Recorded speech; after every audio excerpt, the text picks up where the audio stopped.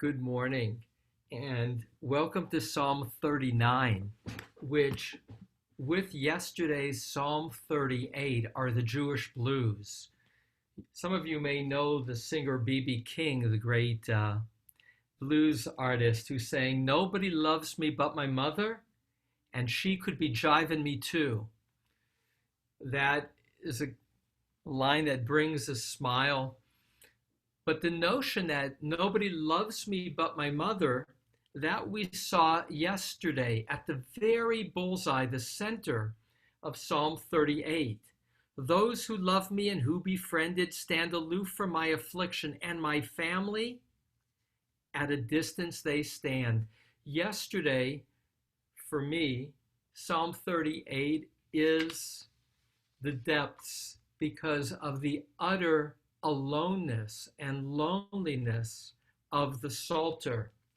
Others would say that Psalm 39, today's blues song, is even more sad, because at least in Psalm 38, the Psalter turned to God with the repeated word "you," as if he wasn't so alone. At least there was God he could talk to and speak to. But the last line of Psalm 39, in the words of Benjamin Siegel, the commentator to Psalms, is the low point. In my translation, the last line of the psalm we'll look at today: "Look away from me that I might catch my breath before I go forth and am no more." What I'm going to share, though, is that Psalm 39 is a tale of two psalms, namely, in two different ways. The language of Psalm 39 combines two other biblical sad books, Kohelet, with that famous line, "Havel Havalim Amar Kohelet, vanity, vanity, said Kohelet, Hakol Havalim Hakol Havel, all are vanities, all is vanity."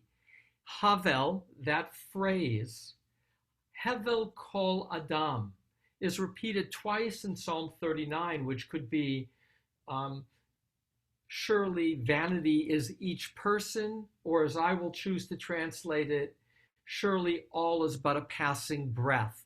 The word Havel is like when you blow on your hand. It's amnatopia for breath. It's often translated as vapor or vanity. And so that theme, or surely as a shadow walking as each person, as a person, heaping up riches and not knowing who shall gather them, which is verse 7 this morning, is Kohelet chapter 2, verses 18 and 19. So there are parts of Kohelet taken and put into Psalm 39, and even more dramatically, there are words from the prophet Job, that most sad story of the person tested by God who physically suffers and who at a certain point will blurt out. Chapter 10, verse 20, Job will declare, "Halo ma'at yemei v'chadal, enough already of my days, let them cease. V'shit mimeni, remove yourself from me, v'afliga ma'at, that I might have less distress." So you do get that line, and in verse 14, the closing line, every word is a word from the book of Job, and the most ambiguous word, which I just translated using the Jewish Publication Society, "let me no longer be in distress," va'afliga. That word va'afliga only appears 3 times in the entire Hebrew Bible, once in our psalm today and twice in Job, in chapter 10 and in chapter 9. And precisely because it is a very rare word, you will see the other tale of two readings. Namely, is this psalm a tale of faith if you will, is this a psalm that is anti-Job, a rejection of Job's conclusion that God does not care? That's before God appears to Job at the very end. So is this an anti-Job, or is this more of Job? And the commentators will read it in two diametrically different ways. And I will be sharing translations in particular of that closing verse, verse 14, and you'll see in the translations how these rare words are understood quite differently, either as faith or a leave me alone, God. And the middle verse here of Psalm 39, verse 7, likewise has different translations. Let me read you my translation just so you get a sense of what I see in terms of what this is, the middle verse, but as the bullseye feeling of Psalm 39. Ach b'tselem yitalech ish. Surely as a shadow walking is each person. Surely as a passing breath they are in turmoil, heaping up riches and knowing not who shall gather them. So this whole feeling of everything is transient, and therefore havel, therefore both a passing breath but also insubstantial, like a shadow, is at the very center of Psalm 39. With that, let me read Psalm 39 with my translation, and then I'll come back particularly to verses 7 and 14 and talk about how differently they are understood, along with some commentaries. And then in the want to share some other related thoughts to some of the other verses, and then this concluding question of how and why is this in Psalms, if it's viewed as more Job than even Job. And so let me now share the screen with this morning's psalm, Psalm 39. I entitle it Surely, which is a reoccurring word, the word ach in Hebrew. Life is but a passing breath. For the conductor, for Yidutun, a psalm of David, I said, let me guard my ways from sinning with my tongue. Let me keep a muzzle on my mouth as long as the wicked is before me. I was mute, in silence. I kept still about good, and my pain was grievous. My heart was hot within me while I muttered. A fire burned. I spoke with my tongue. Let me know, Adonai, my end and the measure of my days. What is it? Let me know when I will cease. Behold, as handbreadths, you have made my days. My age is as nothing before you. Surely all is but a passing breath for each person standing, Selah. Surely, as a shadow walking is each person. Surely, as a passing breath, they are in turmoil, heaping up riches and knowing not who shall gather them. And now, who awaits me, my superior? My hope is in you. From all my grave wrongs rescue me. A reproach of fools do not make me. I was mute. I did not open my mouth, for it is you who acted. Remove from upon me your affliction. From the blow of your hand I am consumed. With rebukes over iniquity you chastise a person, and you cause to consume like a moth what is treasured. Surely each person is but a passing breath. Selah. Hear my prayer, Adonai, and deliver me. Give ear to my tearful cry. Do not keep silent, for a sojourner am I with you. A resident as were all my ancestors. Look away from me that I might catch my breath before I go forth and am no more. Now, what is clear in this psalm is that here too the psalmster seems to have physical ailment, not similar to yesterday. Verse 11, remove from upon me your affliction. So he's afflicted. From the blow of your hand am I consumed. So yesterday we had a similar kind of expression, which I was curious to research because some of the commentaries yesterday had said David was suffering when he wrote yesterday's psalm, and by extension today's psalm, from leprosy as a result of his affair and the ensuing setup for death of Uriah. Interestingly, that's a commentary in the Talmud. That's not in the text itself. In the Talmud, it will say that when David will pray in Psalms to God, make me white as snow, there is a later psalm in which he will pray for forgiveness and cleansing, that he does so in response to an affliction, namely to leprosy, that he will suffer for 6 months.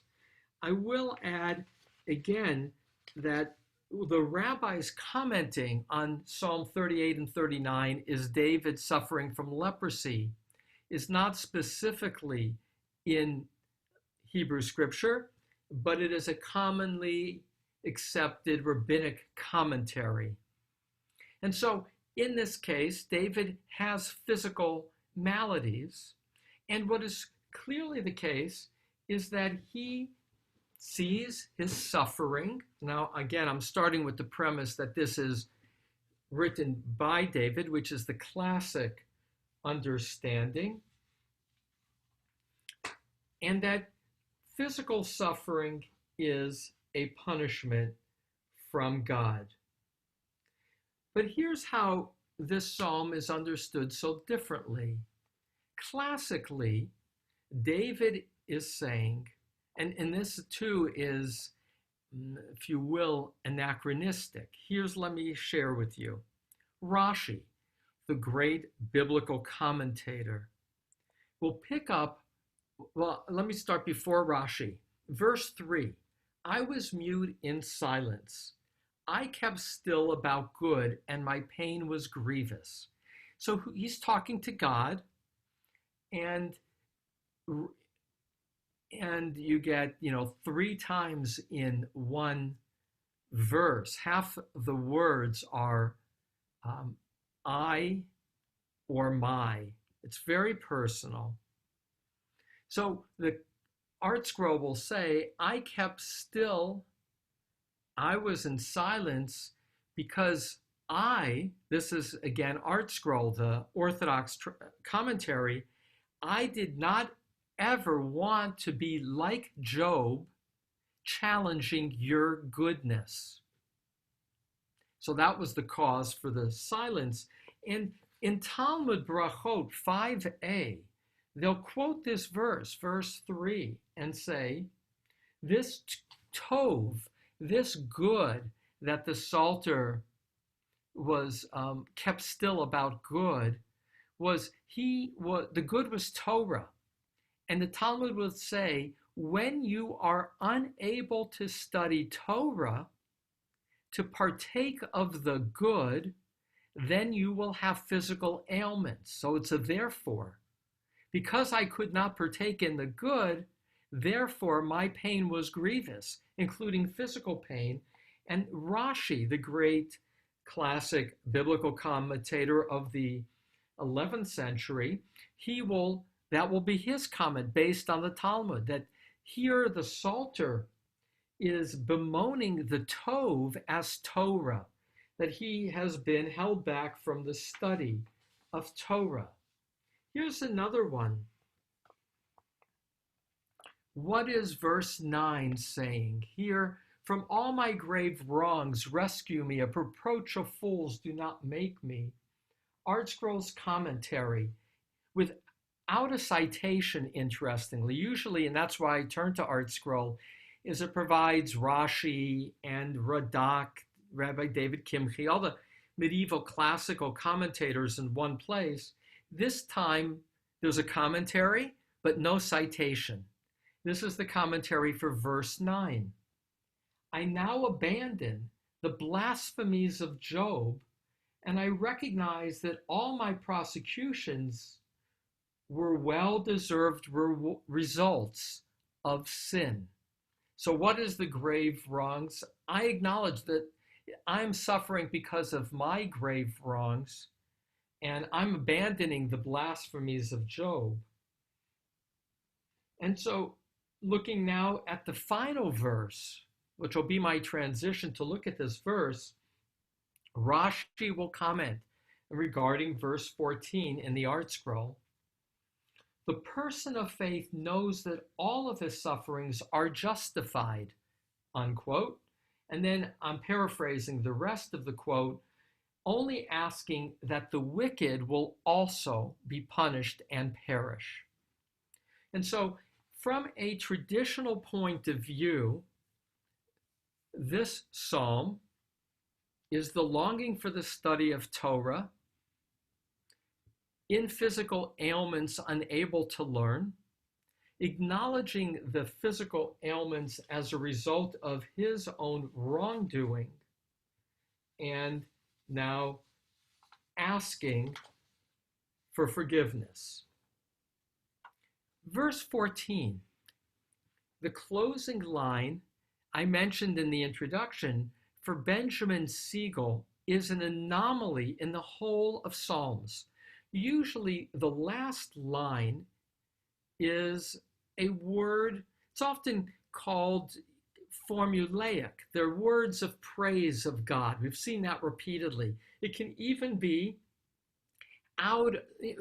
some of the modern scholars will even debate whether it was tagged on later because it's often so formulaic. And Benjamin Siegel, as one literary scholar, will often look for words that he calls the inclusio, the envelope, to show that even the tag on is part of the whole. But in this case, he would say uniquely, the turn of verse 14 is to the negative, and in the most dramatic way of all of Psalms. But before I get to verse 14, and I have 2, 4, 6, 8 different translations besides mine, and look at verse 13, right before. Hear my prayer, Adonai, and deliver me. Give ear to my tearful cry. Do not keep silent, for a sojourner am I with you, a resident as were all my ancestors. Now that's where you might expect it to end, right? In terms of hear me. So it's like, listen to me, God. And one other thing Benjamin Siegel points out, which I mentioned yesterday in foreshadowing today, and that this particular Psalm 39 is unusual in that the phrases or the verses are triplets rather than doublets. So here's an example of a triplet, right? Hear my prayer, Adonai, and deliver me. Give ear to my tearful cry. Well, that's a doublet. So that's kind of parallel. But then the third part is attention. Do not keep silent. For a sojourner am I with you, a resident as were all my ancestors. Ger Toshav is often put together in the Bible. A resident alien is how it's often translated.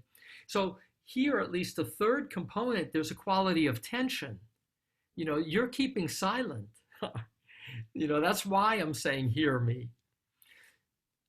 But here in the closing, we have all words that are also found in the book of Job. And as I mentioned again in the introduction, the third word, v'afliga, only appears in this verse of Psalm and in the book of Job, where it appears twice. I'm going to start with the King James Only because listen how King James translates this. And I say that because King James, has a distinctive orientation, and that is of piety and the world to come.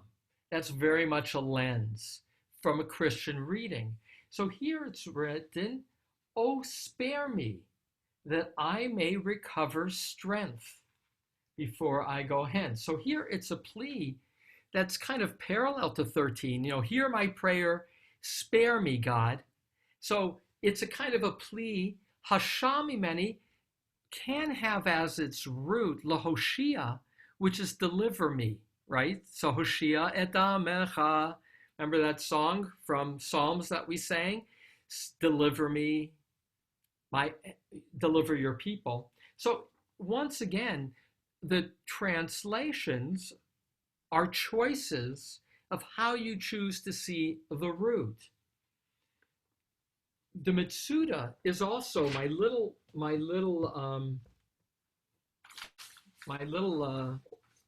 book that I like to use. It's often one of my starting points. Had this for many years.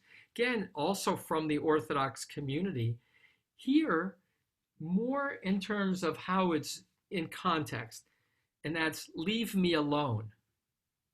That's the translation. Art scroll, release me, that I may regain my strength. And I will add that Radak, Rabbi David Kimchi, the footnote in Art Scroll is, release me that I might regain my strength. And here's the commentary, in order that I can serve you. So in that sense, release me from the pain I'm in so that I have the strength to serve you. In that sense, 14 is an statement of piety. Jewish Publication Society is more neutral in terms. Look away from me that I may recover.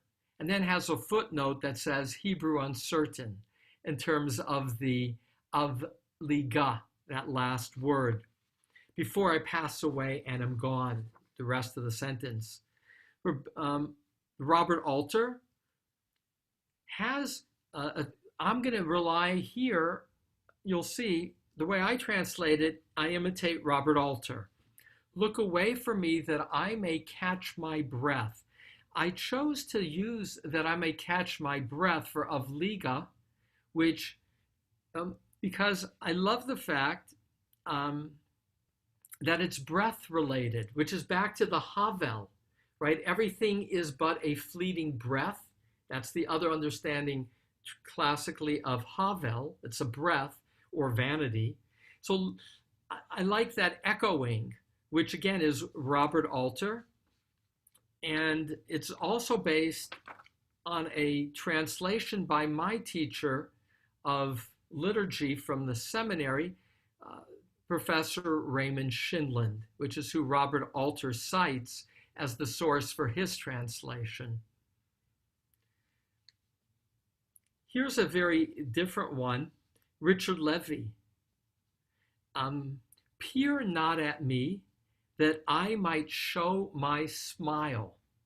So va'afliga, there are classic commentaries that link it to smiling instead of strength or catching my breath. So in sum, verse 4, and then I'm going to look briefly at verse 7, can be understood either as a statement of piety, renew my strength so that I can serve you before I die, or despair. Look away from me, because when you're looking at me, you're judging me. Give me a little moment to catch my breath. In that sense, there's an irony around this. Life is but a fleeting breath. Just give me a moment to catch my breath before I go forth and am no more. It seems to me that this could be a psalm written by somebody at the end of life. Somebody who doesn't have that same quality of Psalm 38 of being alone. That's not at the center here, which is why I found 38 painful. This is somebody reflecting and providing wisdom It's the end of life. He's sick and says, now I see from this bracket of life that everything is fleeting and that there's this Kohelet wisdom that people strive to collect as if that will give them power, even over mortality. It's not true. That possessions are no more guarantee of mortality than is life itself, which is no more than a breath. It's an in and an out compared to God, who is eternal. So verse 7, that's the theme. And again, it's the same language of Kohelet. There's also a word play. Ach b'tselem yit halech, surely as a shadow walking. The Zohar, volume 3, 43b, understands this word b'tselem as with image. Namely, we are created b'tselem Elohim. And that Tselem Elohim is often understood as Shechina, that image, that imprint of God's presence within us. So surely with God's imprint are we walking, each person. So you can see here again, that's a, let's say, hyperliteral reading of B'Tselem with image. But there's also in this middle verse of verse 7, a double entendre.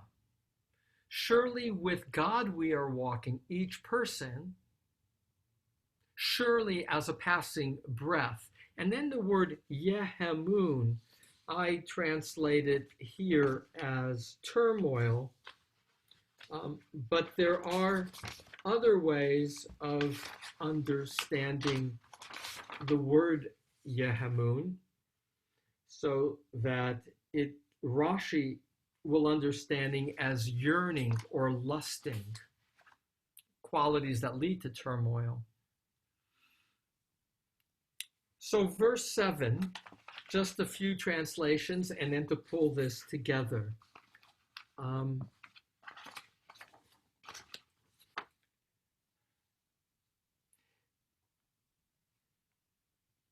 Starting with the King James Version. Surely every man walketh in a vain show.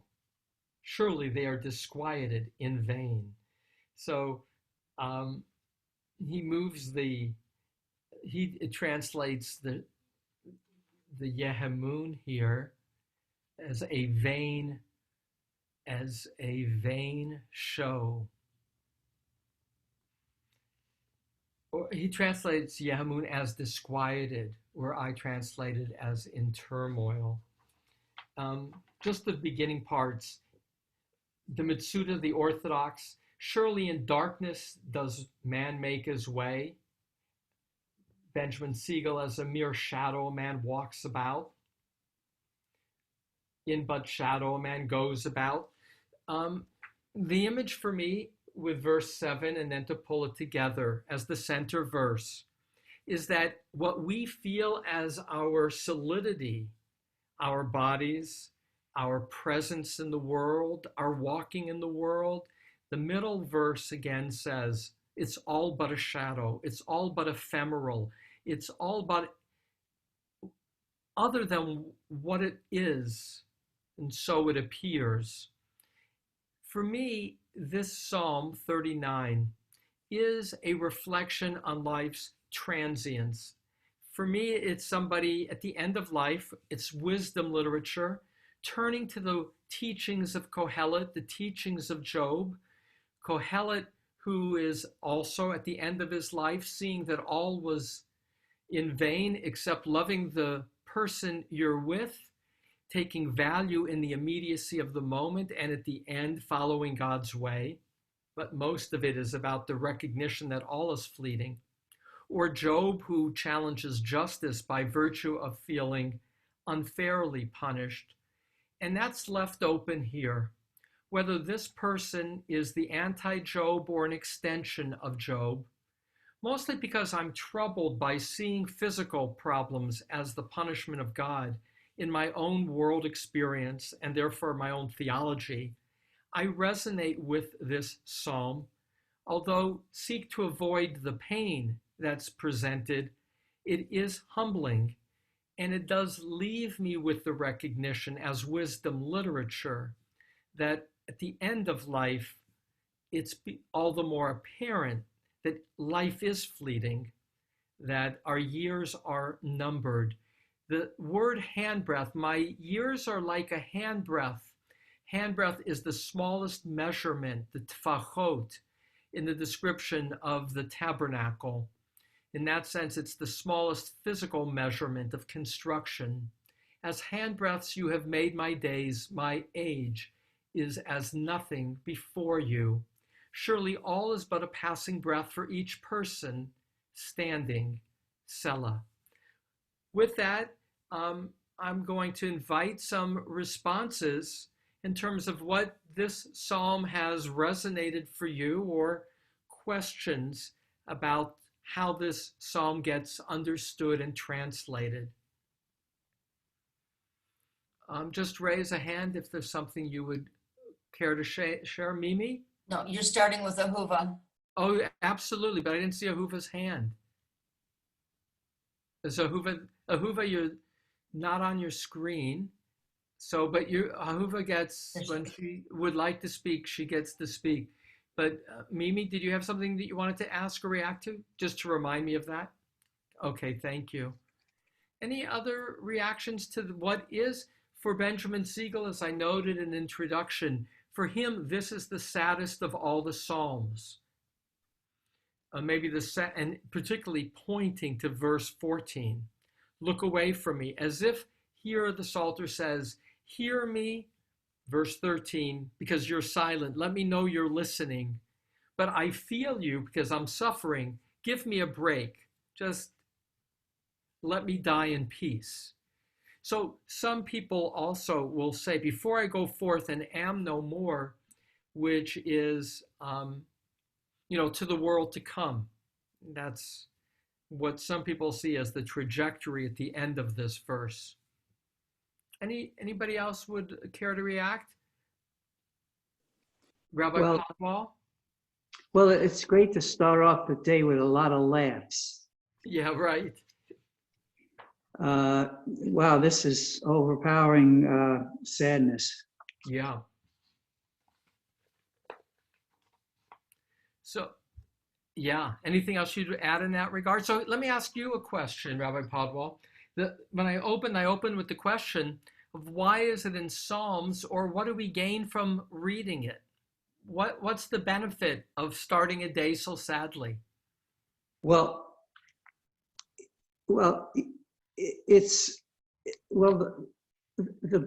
our Bible is not afraid to put controversial thoughts into it, opposing opinions, thoughts.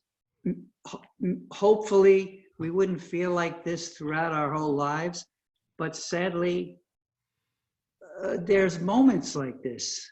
Yeah. And hopefully they won't overshadow more positive thoughts, but it honestly portrays, yes, we feel like this sometimes. Yeah. And let's not cover it up. Let's not deny it. So I'm just going to reframe it. I see Marion's hand. So you can unmute yourself, Marion, and then Mary, and then I'll pull this together unless Ahuva wants to weigh in. And that is, what I hear you sharing, Rabbi Podwal, is that this is real. Our Hebrew scripture doesn't shy away from the real, even painful real. And it doesn't mean that this has to define our lives, but if one is attentive, this is part of life. And one image that comes to my mind to bring that to the foreground is that in a painting, it's not all bright colors. Sometimes having black on the canvas, in fact, allows the colors to become more apparent and to pop. And joy requires the reality of acknowledging the darkness too. Marion, go ahead. When I first perused this, and I'm gaining so much knowledge from your classes about how to read this, I felt that it was somebody on his deathbed trying to make amends, and that keeping silent, not acting, seemed to be the biggest wrong he had done, and that he was dwelling on that. That, this is the worst thing I did was I kept silent. I didn't act when I should have acted. Please forgive me and let me go on. So I want to underscore Marion's pointing to verse 3 in particular. Let me read it because it seems to me to be important and hasn't been unpacked in the sharing. I was mute. In silence, I kept still about good, and my pain was grievous. So he's trying to be, or the verse before it, verse 2, I said, let me guard my ways from sinning with my tongue. Let me keep a muzzle on my mouth as long as the wicked is before me.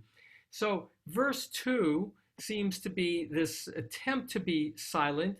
Verse 3, I kept still about good. That's the tension.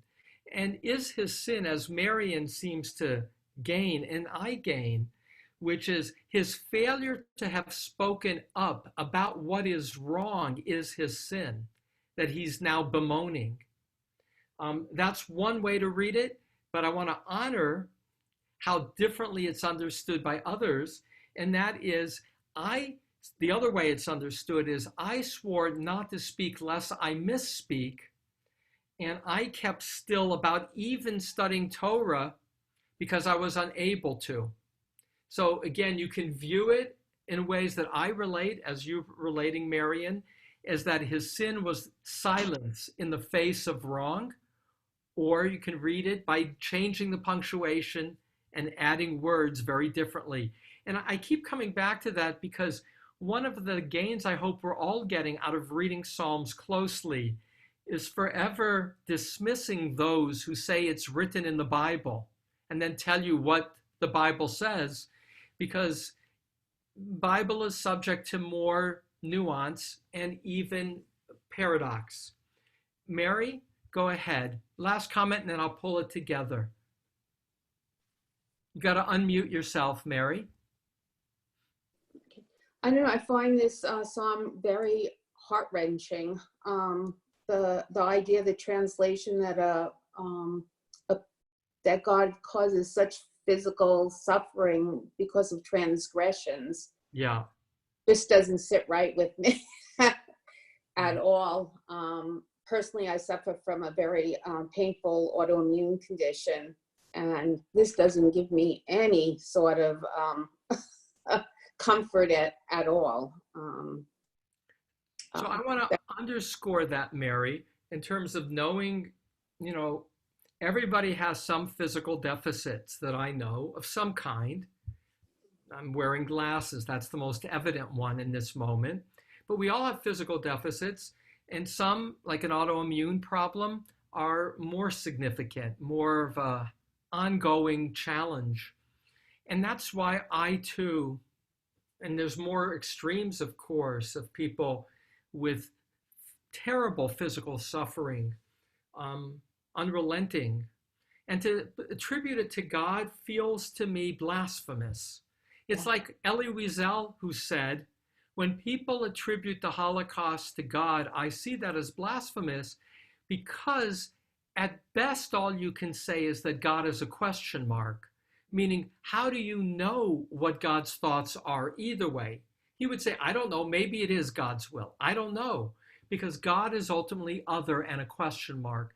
And yet in classic theology, we do get the sense of God rewarding and punishing. And therefore in classic theology, in the rabbinic mode, if you are good, God will save you from illness. And therefore, it's the story of Job. When the three visitors come to Job and Job says, I'm innocent, they say, it can't be. Otherwise, you wouldn't be suffering. It's either to teach you something, like you're being arrogant by saying you're sinless, or it's because you did something and don't own it. And Job rejects that. That's the rejection of Job in terms of his friends. And so we'll say, don't be like the friends of Job, if you will, justifying God as good. I heard Harold Schulweis once, who was the great teacher from Valley Beth Shalom. And it was one of these contexts of, if you have one last sermon to give, what would it be? And he said this would be his sermon, that do not hold God responsible for your physical ailments. That's not, all the more in the aftermath of the Holocaust, how we can relate to God as the one who brings physical suffering as if we have sinned. And so that's why a modern reader like myself is reminded in reading the traditional commentaries that I just don't go there. That's not my reality of that quality of, I know God, I will not be like Job. I am like Job, living with this tension and embracing God as Job did for God's presence, but not for the one who intervenes to heal. And so with that, there's more, of course, to say. This is the most profound question of theology. Why do bad things happen to good people? Harold Kushner will name his book not Why Do Bad Things Happen to Good People, as many people think it's titled. He will entitle that book When Bad Things Happen to Good People, because he will say no one can answer the why.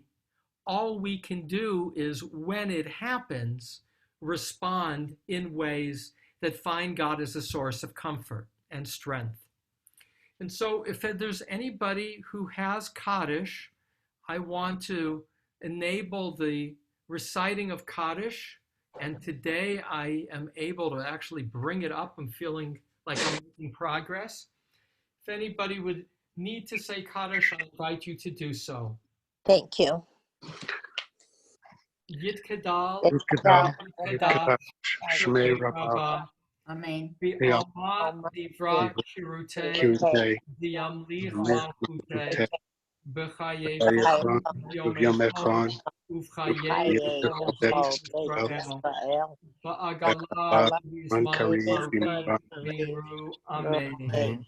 Yehei Shmei Rabban Barach, Le'olam Olmei Almaya, Yitbarach V'yishtabach, V'yipar V'yitramam V'yitnaseh, V'yitadar V'yitalech V'yitalach, Shmei V'yitashah V'yitashah, V'richu, Le'ela Ela Mikol Mikol B'chata V'shirata, Tushbachata V'nechamata, Da'amiram Yama Yama Fir Amen. Amen. Yehei Yishla Rabban Min Shmai, V'chayim Chayim Aleinu Leinu Yalkol Yalkol Yisrael. Yisrael Amen. Amen. Osei Shalom Shalom B'nimah, Suya Shuyat Aseh Shalom. Shalom Aleinu Aleinu Israel, V'chol V'chol Yisrael, V'chol Yisrael Yisrael V'im Tevel. Amen. Amen. Amen. I want to thank Yashkoach. each of you for being part of our learning today. Psalm 40 tomorrow at 10 o'clock, a happier psalm, the psalm celebrating healing. And maybe that's why it's grouped with 38 and 39, because things are going to be better tomorrow. So I look forward to sharing that with you at 10 o'clock. Be well. Again, much gratitude.